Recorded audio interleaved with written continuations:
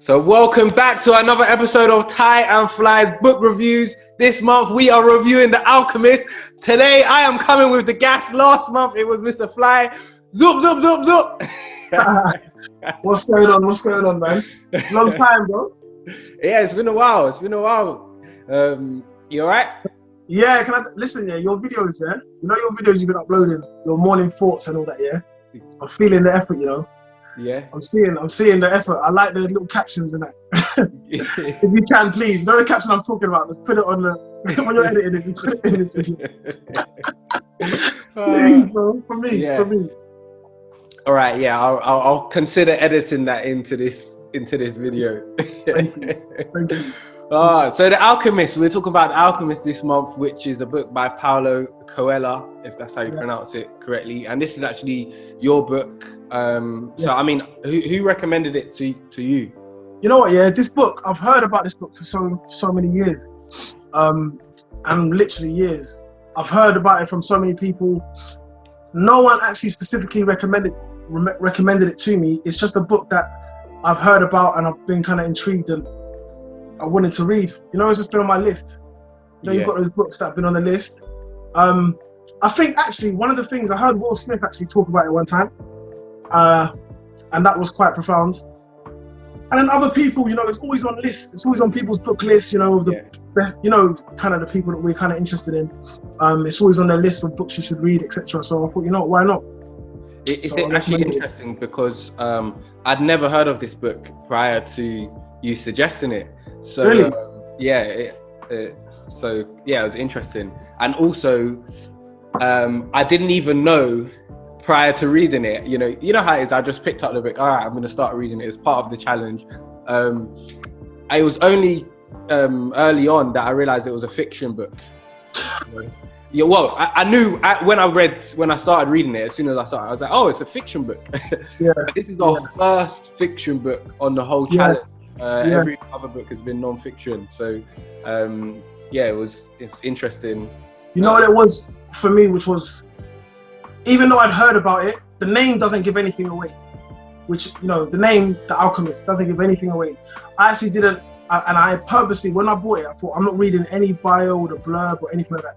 I'm just gonna go in and just read it, because I didn't have any sort of preconceptions as to what it might be about. Yeah. You know, I didn't even know it was a story, as opposed to fiction or non-fiction. I didn't know. So, so I was kind of finding out and discovering the book as I read it, which it was quite nice to do that. You know, it's just like watching a film that you don't know what you're watching. Yeah. I think starting off reading this book, as I was reading this book, I thought, how are we going to talk about this? Because we're not necessarily learning anything concrete.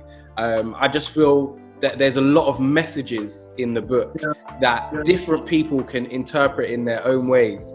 And I know you said you feel like there's going to be some topics that we can touch on. So I think I'm just going to put it on you and say, what do you want to get started with? Yeah, I mean, I think it's the underlying message in the book, you know, which is what it's about. And I feel that's why it resonates with so many people, because it's like the message is, and it'll be interesting to see, the main message I got from it is, you know, follow your dreams. Yeah. So I mean, like, follow your dreams, like quite literally, and then you don't know where that is going to take you. Yeah. So I mean, so one thing leads to another, where, and I don't really want to go too much into what the book has, because I feel like people, if anyone is going to read this book off the recommendation, I want them to have that discovery moment throughout the book. So I'm not going to be that specific, but I feel like, yeah, man, it's about following your dreams, and you don't know where your dreams are going to take you, and there's going to be challenges. You know, it's a story. You know, we like stories. It's a story about someone that has a comfortable sort of life for them. I mean, would you agree with that? Yeah, and then they became inspired, and they followed their dreams, and they had trials and tribulations along the way. Yeah. And there's a lot of self-discovery, and they discovered a whole load of other things. And I think the character at the beginning, compared to the character how he kind of becomes towards the end, are like two different people, but it's actually the same person. There's a lot, man. There's a lot in it. Man. I think we can uncover a little bit of the story without giving it away. Okay. because essentially the book is about a boy who is a shepherd, and he's been a shepherd his whole life. And well, I'm assuming he was a man. I mean, the book always references him to as a boy. In fact, here's a question for you. Okay. What was the boy's name? I don't know. I don't remember. I don't know. Because I found it interesting that throughout the whole story, they were referencing the boy as the boy and not his name. Yeah, but I don't think. I mean, now I'm thinking they didn't really use names a lot. No, from what I'm thinking, they didn't really use names. Yeah. The characters that they mentioned were kind of who they are, or what they are, or what they do. Yeah. You know, which is quite. I didn't really pick up on that, so I appreciate that. Yeah. So, I think by doing it like that, it kind of allows anyone to go into that role and say, "I am the boy." Yeah. Okay. But I mean, yeah. So I thought that was quite good, because it kind of makes you relate to it, or you can put yourself in that situation. So as you mentioned, the boy, he had a comfortable life. His name was Santiago, by the way, which there's only, from my memory, there's only one sentence right at the beginning where it says the boy was called Santiago. Anyway, he's only referenced as the boy, and I was saying everyone can put themselves in that position as the boy throughout the book, depending on what you're doing. And I thought the overall message was to follow your dreams. Now he encountered some obstacles on following his dreams, which again I found really interesting, because the initial dream that he had wasn't necessarily the path that he ended up on. Yeah. And what kind of message did you take from that? I think it's just life, isn't it? You know, like, again, if you relate it to yourself or relate it to people around you, the original conception you might have, when you actually, if you kind of push forward on that, the way it's finished might not even look that much, but it's the spark, it's the original spark that kind of lights the fire, or lights the motivation in that sense. So I think what he kind of, and as well, when these things are kind of revealed to you, if you kind of was able to dream the whole thing at the beginning, it might be too intimidating for you to actually push forward in it. You might be, so sometimes things get revealed in a way where it's just kind of just like, it's like breadcrumbs. So I mean, until you kind of get to the end, you know? So yeah, that's what I think. And I think if you look at the kind of the way, like you said, he started off as a shepherd, then he did a lot. It's quite a short book as well, which I like, but there's a lot it's, you know, you're on this journey, it's quite a fast paced journey, and he does a lot in a short space of time. But it's not actually a short space of time, but the book gets the message along. There's not a lot of fraff. There's not a lot of, like, you know, talking around the point or overdoes it. It's very, you know, you can read this book. If you're a fast reader, you can actually read this book in a day. I read it quite quickly. Yeah. I was reading like 30 pages at a time, and I was even like, oh, I've got to put the book down now. I've got to go. I've got to get to start working, or I've got to leave. Do you know what I mean? Which I don't, you know, I don't really read fiction books. I can say, this is mostly the second fiction book I've read. Yeah. I think, well, for me as an adult, this is the first fiction book I've read. The first fiction book I've read as an adult, and I actually really enjoyed the change. This book was so enjoyable reading it, and like you said, you could read 30 pages and then actually think, time's up, I've been reading enough now, let me get on. And with some of the other books, like you said, there's a bit of fluff sometimes, things that aren't necessarily that relevant or you can't necessarily relate to. And I felt like this book didn't have any fluff, because it was a story throughout the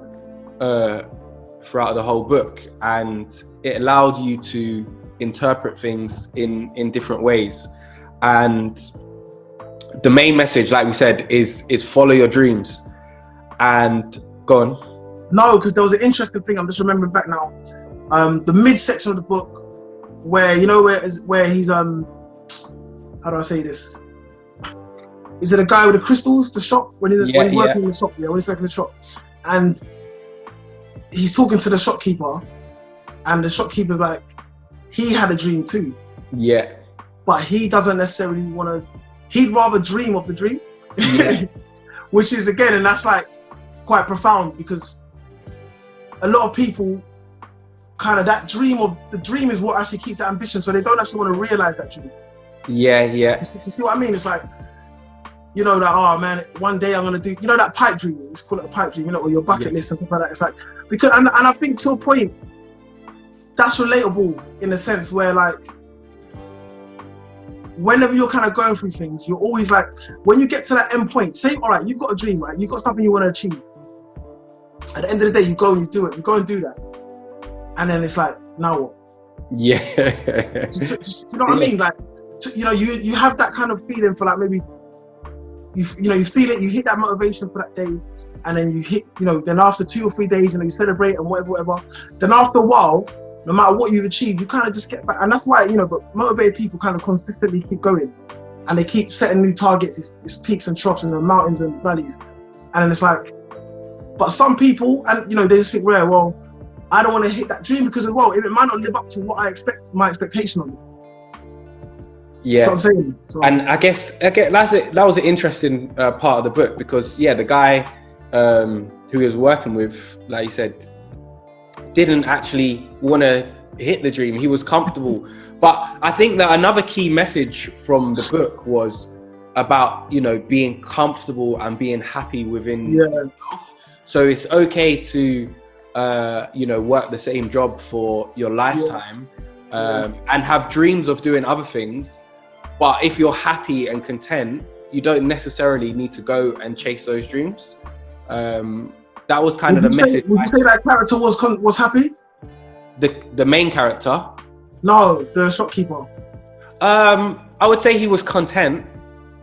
But was he happy?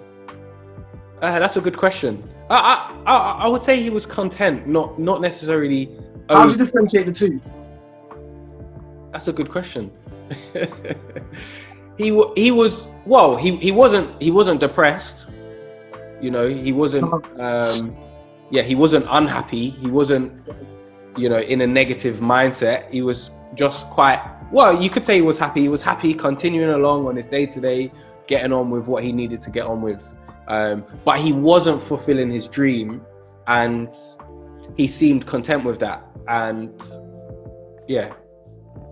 No, I agree. I think I felt for me, the message that I took from that section of the book was that, okay, it's all good chasing your dreams, and the book, you know, can inspire you and encourage you to chase your dreams and take that step. However, this particular character didn't chase their dreams, and they seem to be content and happy with just, like you said, visioning it, having a pipe dream, you know, just thinking about it. It keeps them going, which I've never really looked at it like that, because I'm, you know, big on, you know, just go for it.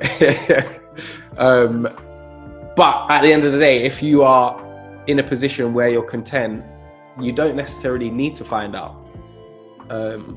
I feel, I guess it's down to that character, isn't it? It's down to the original character. I think if you can kind of look at yourself, and I think we're talking more personally now, I think, because you don't kind of wake up and be like, oh, you know, everything that I dream of, I'm going to go and do. Do you know what I mean? But if you can kind of be content and think like, I'm happy to not pursue that, then that's not a problem. Yeah. I mean, the same way, if you can kind of look and be like, well, I will not be happy unless I pursue that, that's also not the wrong thing to do. Do you know what I mean? Because I think some people want to have that ambition and that dream of, you know,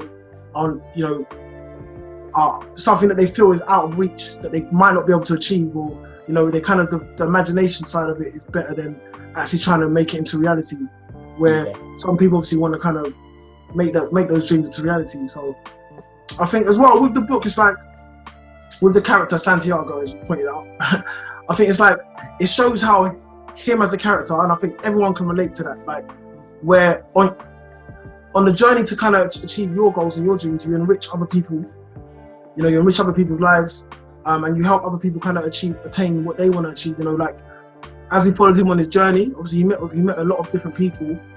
Some enriched his life, some obviously he enriched theirs, like the shop owner was definitely better, definitely better off for meeting him, Yeah, You yeah, know, yeah. his business was in a much better way. And his life was just, and I think as well, maybe he was able to be a bit introspective, where he realized that, you know, he doesn't actually want to go and pursue that dream. He'd rather just have that dream.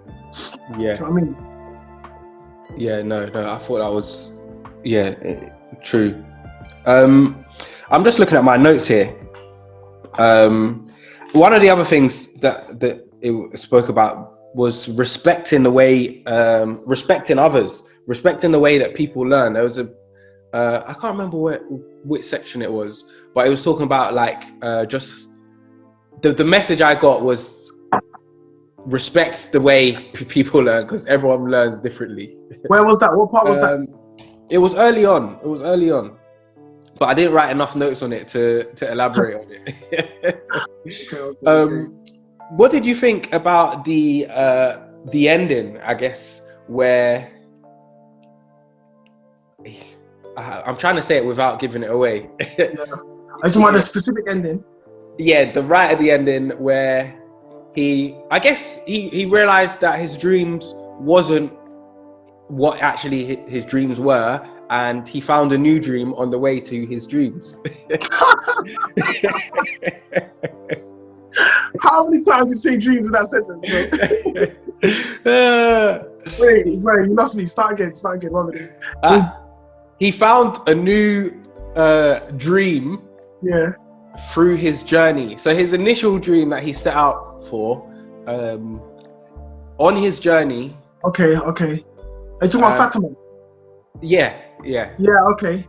But that's evolution, isn't it? I mean, this is why it's like, you know, again, when you relate to yourself, you have an ambition, and once you realize that ambition, it's you know, it's not, things aren't linear. You know, you don't just go like this. You come here, then something spirals off here, spirals off there, lots of different connections. Some of them you follow, some of them you don't. Do you know what I mean? So him, on the way, he started off here. His target was to get here, but he still he met Fatima, he met this, he done that. I don't want to say other stuff like, you know what I mean? Things happened to him on the way. He kind of contemplated, forget this, I'm going back. So I'm saying there's a lot of things that happened. So along that way, your original ambition might not be the end goal. At the end of the day, you might not even realize until you're kind of like, I actually started off, I originally wanted to do this, but now I'm doing that. Yeah. So I mean, so again, like if you apply it to business, like we kind of bring it back to business or life or education or whatever, it's the same thing. You know, you might have someone, they might go to university and they might think, I want to study this because I want to do this. So more specific, you might say, I want to study photography because I want to, I like taking pictures. And then as it comes, they go, they do their photography course. Then they find a sub course, which might be about, documentaries or something like that. And then they're actually like, you know what, I'm going to use this photography, but now I'm going to pursue making documentaries or something like that. Do you see what I mean? And again, that's what makes it, it's more real. And I can see why, because it's quite written in a romantic way. It's kind of like very philosophical, very like, dreamy and feelings and emotional sort of thing. So I can see why it's a very easy read. Put it that way. Very easy. I think people like you and I that are, we're very focused on our ambitions. We're very we kind of like, we're looking at things. We're trying to be as productive as possible all the time. This applies to us. But then also someone who just who's not interested in that, who just wants to just read a nice book and go on a nice story and a nice journey, could still get something out of that book. Do you see what I mean? Like, you don't need to be the most super motivated, supercharged, always on 100 person. You could be someone who likes just a nice story, and you could just, and there's still takeaways from it. But maybe some people have no takeaways. It's a good story. It's a nice book. It's a story. One of the other takeaways I actually took from it, which was interesting, was the grass isn't always greener. No. Because I guess initially he went to follow his dreams, and he had to quit. And there was a point where he, in theory, would have had to quit, and he was in a worse situation than when he was being a shepherd. And I thought at that moment in the book, I thought, this is a good example of the grass isn't always greener. But at the same time, the bounce back was, another message from it is sometimes you need to go backwards to go forwards. because he wasn't necessarily being fulfilled in his in his current job as a shepherd, and he hit some hurdles and the grass wasn't greener. I think there's two things there. One being that nothing worthwhile is going to be easy. Yeah. Like if you're expecting the easy route, then just stay at home in bed all day. But see how much you enjoy that. See how long you can stand doing that, right? And then the second thing is, and it's true, but it's like it says it in a different way. The way I interpret it was this: it says the principle of favorability like leans towards beginner's luck. So basically, when you first start something, you get a lot of beginner's luck. Yeah. But then eventually, that luck wears off and it gets real. Yeah. And it actually gets hard. And it's like, okay, you know, you come about those challenges. So with him, you know, things kind of just happen quite easily. Yeah. You know, he got the right pieces of advice from the right people. He got pointed in the right direction. Then obviously he got further down. So that was the beginner's luck working in him, you know, the universe or what you want to call it was working in his favor. Then he started to encounter some real challenges. Yeah. And then it's like, okay, at that point now, it's like, for me, it's like, okay, that is when the journey begins. Yeah. I mean, this is really it. It's like I always say when I'm training or when I'm like, if I'm training with people, and shout out to David again, because we spoke about this when I was in Brazil. It's like, we spoke about this, he walks a lot. Like he's a walker. He walks like, I don't know, 10K in the morning. Like he goes and walks a long time. And then obviously I train a lot. So when I'm training, I'm like, until I want to stop. That's not the workout doesn't actually start until it gets too hard for me. Yeah. You know what I'm saying? Yeah. So yeah. I would tell them like, when you're walking, until you hit that moment where it's like, oh my days, I want to stop now.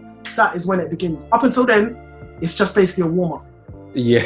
So I mean, like up until then, and you get it as well, T. Because like when you're training, you know, you get in and you're flexing, you're doing your thing, you're training nice and easy, comfort zone. Then when you hit that red zone, it's like, oh right. You know what I mean? It's a different level. So in regards to this now, with his journey, you know, he was happy to go on the journey, and it was, oh, you know, it's so cool. Like when you start a new business, like, oh, it's wicked, my new thing, all this kind of stuff. Then you start to hit those barriers, man. You start to say no. People tell you, no, I don't want to buy what you're selling. You know what I mean? Or you start getting complaints. People want refunds. All the stuff that comes with it, yeah. Yeah. And then it's like, all right, how bad do you want this now? Because now it's, do you know what I'm saying? Yeah. So that's kind of what I got from that, like where the kind of going backwards, you know, you take 2 steps forward, 2 steps back, or 3 steps back in some cases, but you just got to keep moving forward. Yeah. And I think the boy, or Santiago, it was good because he combated his challenges, you know, he's like overcame them. And, you know, he's just, in theory, you know, the average person, the regular person, overcoming their challenges. And I think that's here's something that would be interesting to see, because I know this is something that kind of feeds into the way you think. You know, we always talk about like accountability and accountability partners, and like, for example, like I always say that Nat, like shout out to Nat as well, yeah. Like people that stretch you, that stick it on you and make you like, all right, you think you're gonna do this, but you're gonna do this, and now it's like, whoa, do you know what I mean? That sort of level, yeah. Yeah. So how can I say this? So when he meets the alchemist, okay, I can say that. When he meets the alchemist, there's a situation that they have, and the alchemist says, he's gonna do this. And he's like, am I? Yeah, do you know what I'm talking about? Yeah.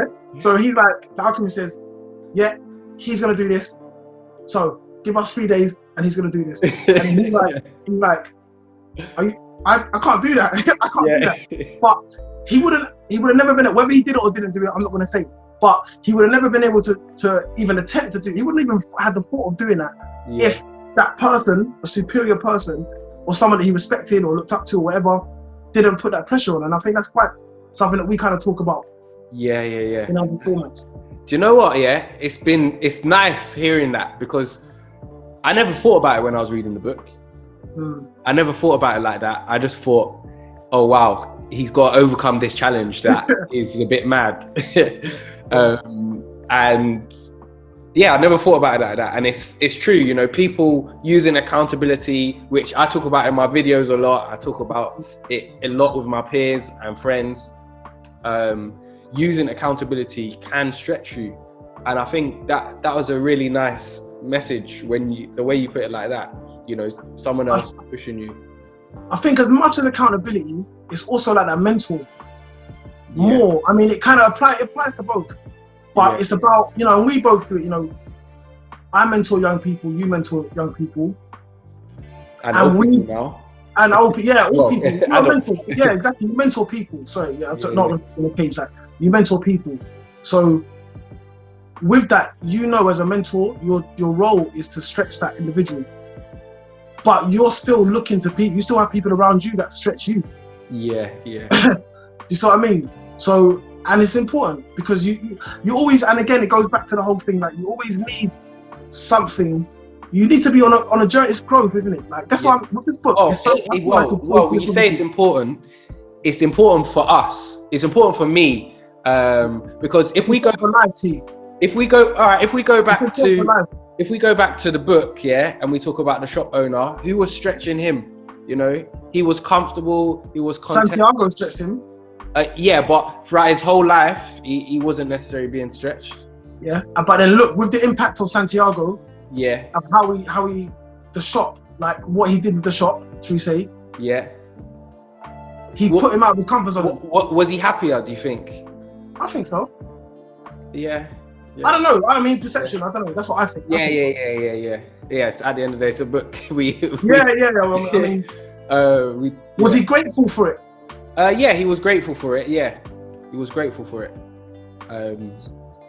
But I'm just interested because, you know, I definitely think for us it's important to stretch ourselves, to have those people pushing us to get to the next barriers. But is it important overall to continue to stretch yourself, or is it important to be happy? You know, I don't think they're separate though. I don't think if you're stretching yourself, therefore you're happy. I don't think if you're not stretching yourself, therefore you're not happy. Like, I think if we're talking about life, forget about everything else. Life is about growth, ultimately. Yeah. So it's like, if you're lucky enough or fortunate enough to have someone around you or people around you that do stretch you in the right times, I think you'll lead a much more fulfilled life, as opposed to having people around you that either do the opposite, which pull you back, which clip your wings, or that don't attempt to push you that little bit further. And it's not like they're pushing you to do something that you can't do. It's just kind of, and it's not necessarily like sticking it on you, like, but it's just enabling you. You know, you might say, like, for example, with your challenge, like your 7-day success challenge, you know, you reached out to people and they could have just all been like, nah. Or everyone you reached out to could have been like, nah. So therefore you're not, by them saying yes, you then now have to step up to the plate on your side and get everything ready and do all the stuff you have to do. But if everyone was like, nah, we're not interested in this, and no one was interested in it, you're gonna you would have never evolved that level or stepped up to that next level. Do you get what I'm saying? Yeah. So I think it's important, regardless. It's not necessarily about success and business and ambition and all that kind of stuff. It's just about, as development, as a human being. You know, you need that someone. It's like with a child, with a baby. When the baby starts walking, if every time the baby, like when the baby's about to fall down, you know, you try and make the baby walk towards you. You're stretching that. You know, that baby won't, without those sort of interactions or those sort of mini challenges or whatever, or even conversation with a baby when the baby's talking and you're talking to it. Without that, the baby's gonna take a lot longer time to develop talking and walking. Do you know what I mean? So, I don't know. Yeah. Okay. I feel you've swerved me on that one. You know, I just don't think they're mutually exclusive. I don't think they're mutually exclusive. I don't think if you're happy, it means you're being stretched, and if you're not being stretched, it means you're not happy. I don't think it's like that. Yeah. I think the baby example is a good one. You know, it growing. It's growth. Yeah. First you crawl, then you walk, or whatever. However you grow. So yeah. Okay. Yeah. Were there any other key risks? Go on. Yeah, there was one thing. Yeah. So, and I'm trying to think where this happened in the book. What happened? But basically, you know, we were talking about setbacks and challenges and stuff like that. And it's like, I don't remember exactly what happened when I wrote this note, but the fact of it's always darkest before the dawn. Oh, I remember that part now. I remember the part, but I'm not gonna say it. But excuse me. You know, like when you're on this journey of whatever it might be, and things get, you know, we talk about taking 2 steps back, 3 steps forward, all that kind of stuff. At certain times, things look and feel very much impossible. Do you know what I mean? So it's like, you know, the whole, and then it's like, there's a part in the book where I think he's talking about, you know, the darkest point is like, it's always darkest before the dawn, like just before it's about to sunrise is when it gets darker. So it's like, that again, when you look at, there was a lot of different experiences that he had where it actually looked quite hopeless. Do you see what I mean? So, and if he was the kind of person to give up, he would have never kind of carried on. Yeah. I mean, I think the way the messages in the book are really inspiring. Like, what would you say the key message is? I think the key message for me was follow your dreams and what makes you happy. Not necessarily go out there and, you know, quit your job and start a business, but follow what makes you happy. I think that's the key message for me. Because like I said earlier, you know, following his dreams, he hit some challenges, and the grass isn't necessarily always greener. So it's about being happy with, you know, making that decision, and if things don't go well, you're still happy within yourself that you've actually made that change, and that you can bounce back from it. But yeah, I think the key message for me was sort of just follow your dreams, do something you enjoy. Yeah. Would you replicate that? Would you? No, I think there's a few messages, and again, it'll be interesting to see. Like I said, there's a few, you know, like just on a quick sidebar, because I think I posted this on my Instagram. When I finished that, I posted it on my Instagram, and like so many people reached out to me, like I don't really get, you know, like, oh, I read that book, I love that book, oh, that book changed my, you know. And I was like, wow, like people, and these are different kinds of people from different backgrounds, all different types. It got such a response from people, which the other ones don't really get that much response from everyone. Like business books, people are like, oh yeah, people that are kind of into business, like, oh yeah, I read that. But this one got from all types of people. Now, the messages that I kind of got from this, for me, that I think like definitely the follow your dream was a strong message. Obviously, do you know what I mean? When you look at the story, it's literally all about that. Also about love. Do you know what I mean? Like the language of love, and not, you know, I think there was a sentence that's like, one is love, you know, right? One is love because one is loved, and there's no reason needed for loving. It's just, you know, so thinking about that, like with him and his love interest, and how that even kind of motivated him to kind of do what he needed to do. And then even now, like, it's weird, man. Yeah, so that, and then also just like the whole message of growth and the world and the soul of the world and all that kind of thing. I feel like there's a lot in there that different kind of people can take out for it. Yeah. You know what I mean? Even like, I'm remembering with the situation with the love interest, and he had an option, he had a decision to make. And when he had to come into that decision, he kind of saw his life play out in 2 different ways. Yeah. And he gets advice from someone, or someone kind of tells him, this is, you know, you make this choice, this is how your life's gonna go. You make this choice, this is how your life's gonna go. You know, it's kind of like the red pill, blue pill in the Matrix. Yeah. So, and it's like, I feel like that's relatable. Not necessarily like of a love situation, but in a life situation. Do you know what I mean? So you make a decision, you know, you make a decision and it's going to take you this way, or, you know, you can kind of play out a life.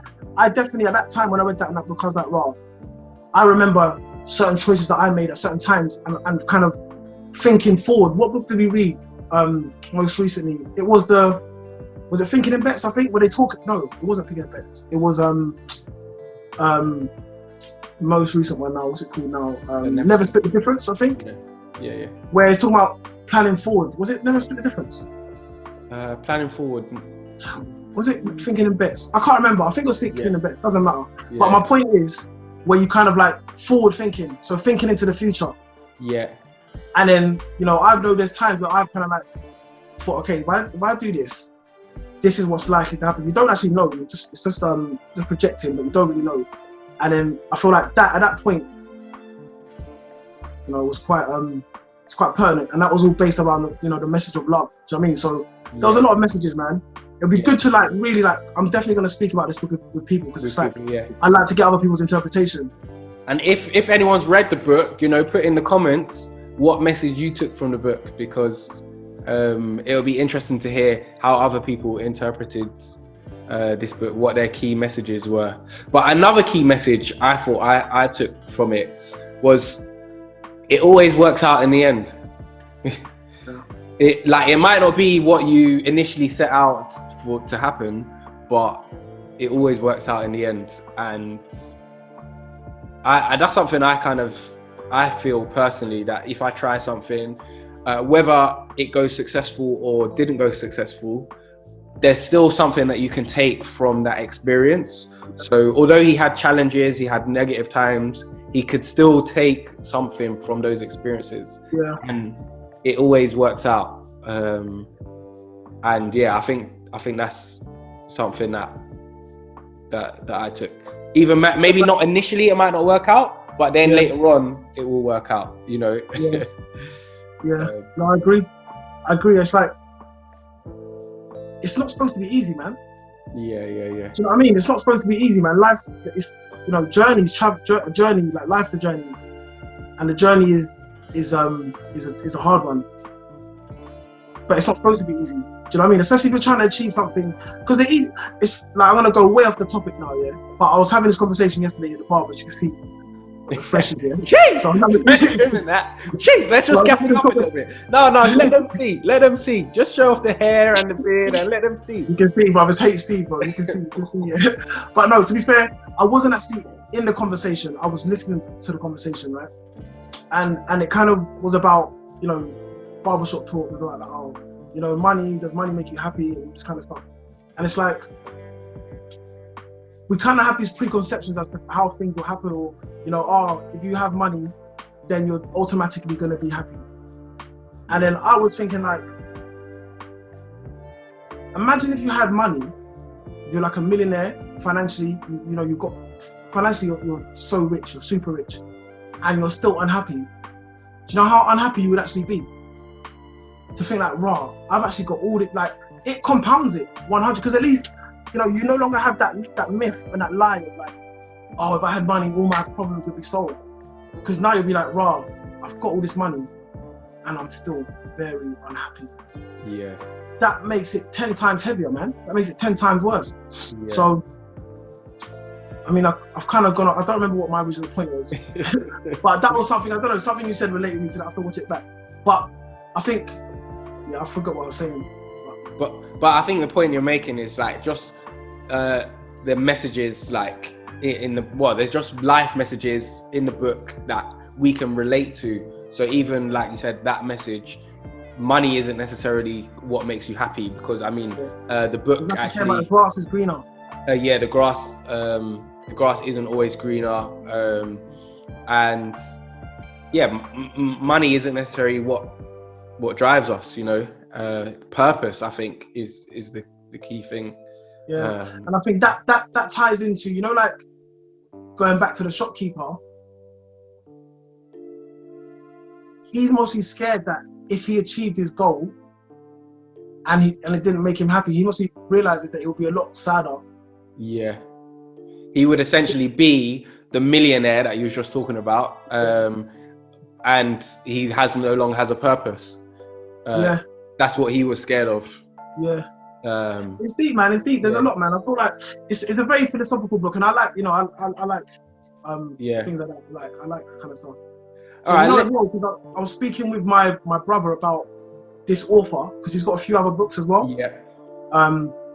Shout out to my brother as well. I forget, he was telling me about another book. I think I remember the name. It's something to do with Portobello, but I feel like I'm definitely gonna, because this was for me, it was like a nice break.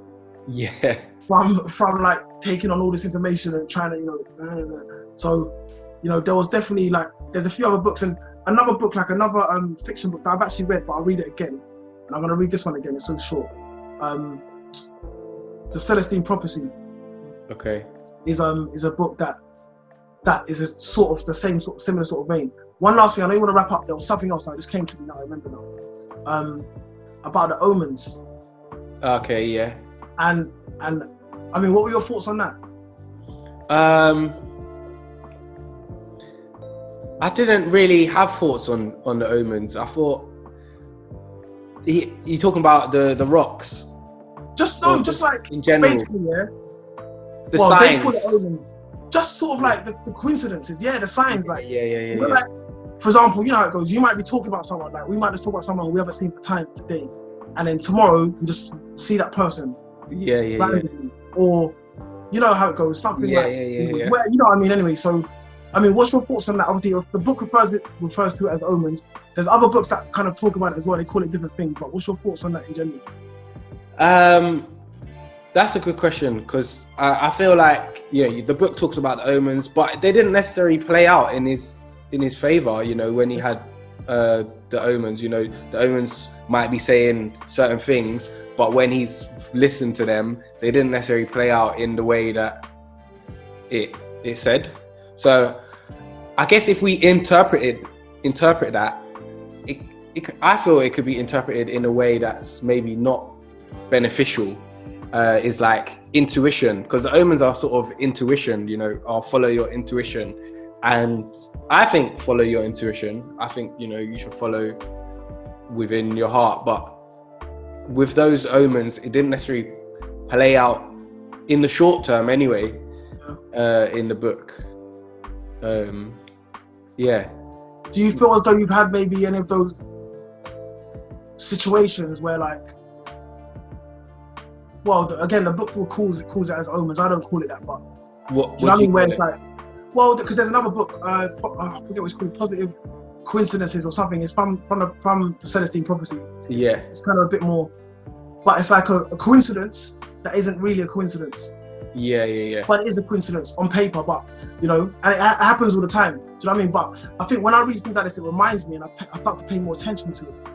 So, literally the other day, I was talking to someone about someone I hadn't seen for at least 5 or 6 years. I haven't seen this person, and I spoke about them last week Thursday, and I saw them this Wednesday. The most randomness, and it's like that's just one example. Like so it's like, okay, either I'm looking for these more so, which I think are now, but that means they're still there, but I'm maybe not paying attention to them. Yeah. So I mean, so that's why, to be fair, in my mind, when I posted the picture of the book, in my head I thought, this is gonna be an omen to someone. I don't know who, but someone's just gonna see this and be like, I need to read that book. I've been reading that book. So that was honestly, I thought, let me just put this out there, because anyway. But yeah, I don't look it in. I haven't looked that deep into the omens. Within the book, that wasn't something that I thought and was like, oh yeah, these things happen to me on a day-to-day.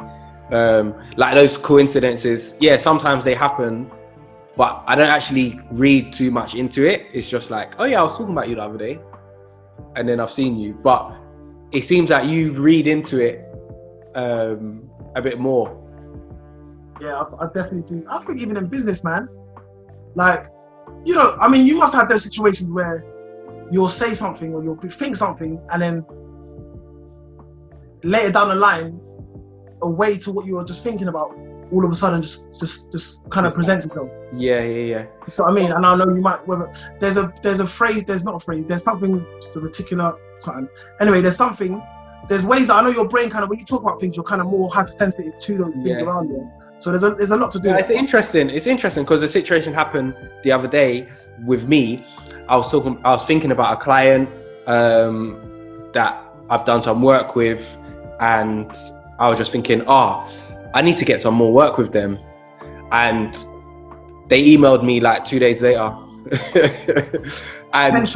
and I've got I got a meeting with them today. So it's kind of like that's kind of what we're talking about. But I don't think too much into it. I was like, oh yes. My thoughts have come to fruition, but I didn't think anything past that. Yeah. I hear you. It's just the setting the intention, man. That's what I mean. Because I said I knew when we kind of had a brief conversation about the book, and I was like, we won't talk about it. For me, this book is very philosophical. Yeah. Like, it's like something that you could end up talking about something so different, but it relates to the book. Do you know what I mean? It's not it's not like a book like, these are the steps, or do this or do that, whatnot. It's kind of what you take for it. Someone might be watching this now or listening to that, think, where these two are chatting breeze. The book's got nothing to do with that. It's to do with this. Do you know what I mean? And that's a good debate. Do you know what I'm saying? Yeah. So yeah, man. No, I mean, but yeah, in regards to the omens thing and the coincidences thing, that's definitely something that I pay, and I'm quite aware of it. I always think that's how great, like, because some areas of my life I think is very, very clear to me. It's quite obvious. Like, it's weird where I'll be like, where if I say something, if I kind of think something or want something to happen, it kind of happens. Yeah. Like, but then I'm like, right, okay, how do I make this on another level, man? I want a higher level. Like, but yeah, man. Well, I guess it's, you know, speaking things into existence. You're with your subconscious. You do things that that then encourage that. I mean, with the email situation, I mean, that again was just pure coincidence. I was literally thought, I need to get some more work with them. I didn't action anything for them to email me. They just emailed me. So, but I feel like with other things, we do maybe certain actions that then encourage them. I mean, maybe I did some actions without realizing it that encourage them to get in contact. I mean, I post on LinkedIn for my corporate stuff here and there. So maybe they've seen a post and then been like, oh, let me contact Tyler, or I don't know, they could be, or maybe it's just, they were like, okay, this is the time. Who knows? maybe I'll last today, but I don't think too deep into it. It's just like, yes, cool. All right, let's get some sessions organized. I'm ready. Yeah. I hear you, bro. Yeah. All right, cool. Let's wrap up and go with first our difficulty rating. I'll kick off this one because I think you've been first and other times. This was a very easy read for me. I'm going to give it a 1.5, which I think is the lowest that definitely the lowest that I've scored for any of the books that we've read. So yeah, I found it a really easy read. What about you? Bro, this book's so easy to read. I'm going to give it a -1. It's not even allowed. No, you can't do that. It's 0 to 5, but I don't have the right emoji things. I'll give it This, I mean, it's super easy, bro. This is 0, man. It's not hard. It's an easy read, 0. What about if you were someone who didn't read? Nah, still 0, and I'll tell you why. It's very short.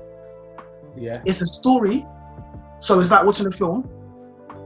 Then also it's broken down. The one thing where it's not actual chapters, you know, which is maybe the one thing which makes it a little bit more difficult, because it's, for me anyway, it's harder to kind of set that target, like I'm going to read this chapter, but there are breaks in it.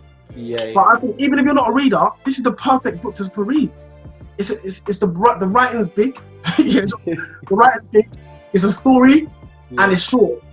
Yeah. That's it. If I could give it a -1, I'd give it a -1, but 0. It's not hard. This, like, without sounding arrogant or judgmental, I don't feel, unless you really struggle with reading, like if you struggle with reading, then get on Audible. Do you know what I mean? But if you're trying to start reading, this is the ideal book. It's a 0, bro. It's like, this is not hard to read at all. All right, cool. Let us know. I'm sorry, but I had an espresso in it. I feel like a bit hyped up. I still had it. All right, star rating. Let me go first, so I'm not influenced by your star rating. For me, like I said, I really enjoyed it. It was a really nice change from all the other books. But the one thing that I lacked, well, actually, I don't want to say it lacked. It made me think, it made me think at certain things. But I guess I didn't learn anything in a structured way, which is what we have been learning from the other books that we've read. More, concrete evidence or structure, or whatever theories. Anyway, I'm gonna give it a 4 because I really did enjoy it. A 4 out of 5. It was a good read. Yeah, I really enjoyed it. It was one of the more enjoyable books out of this challenge so far. What about you? For me, I'm gonna give it a solid 4. A solid 4. The reason why it won't get any higher, and again, this is my own personal preference, because when I read, I do actually use the chapters as a marker. Like, you know, if I'm reading and I'm kind of feeling it flagging a little bit, I kind of be like, all right, how many pages left in this chapter? It did have breaks, but I think a chapter would have been, for me, I mean, a 4. But I think to talk about the positives, it's a very good book, very good story. So if it had chapters, you would have given it higher than a 4? Yeah. But in theory, the breaks, you could, so if instead of having the break, it just said chapter 2, chapter 3. Yeah. Because it did have 2, like, part 1, part 2. Yeah, it did have 2 parts, you know? So, again, I'm just nitpicking. I'm literally nitpicking, like. Yeah. But yeah, I mean, the chapters, I don't even want to focus on that. That's just me. That's like, that's why it doesn't get like a 4.5. Okay. You know, to be honest, but everything else, like I've already mentioned, was good, and the story was good, man. It was an enjoyable story, and I think it's like, it was nice to read this without the added pressure. I think even why I read this quite quicker is because of the nature of the book and the way it's told. Is, you know, I didn't actually have to take that many notes. Yeah. Do you know what I mean? So yeah, a 4. Okay. Cool. Right, next month's book is The Pressure Principle. It was actually given to me by my auntie for my birthday. It's by Johnny Wilkinson. She recommended it. Johnny Wilkinson. Yeah, rugby player. Yeah, I didn't actually know. Yeah. Let me see the thickness of that book. Turn it around. Okay, cool. Have you got it yet? No. So I'm on Prime, baby. I'm on Prime. Don't worry about that. Yeah, let Mr. Fly have it in the comments. He doesn't even have the book. This is twice now in the 6-month challenge. Twice he doesn't have it. What's the date today? It's fine. I got time. Okay, yeah, the time of the recording. Okay, you still got time. Exactly. Yeah, okay, I'll let you but remember, hit the like, support the Ting. Let me hear it from you. Come on. Peace and love, baby. Come on, man. Peace and love. And love. There you go. Yeah, big up the Ting, man. Big up Tyler, Entrepreneur Club as well, man. Get that out there. Entrepreneur.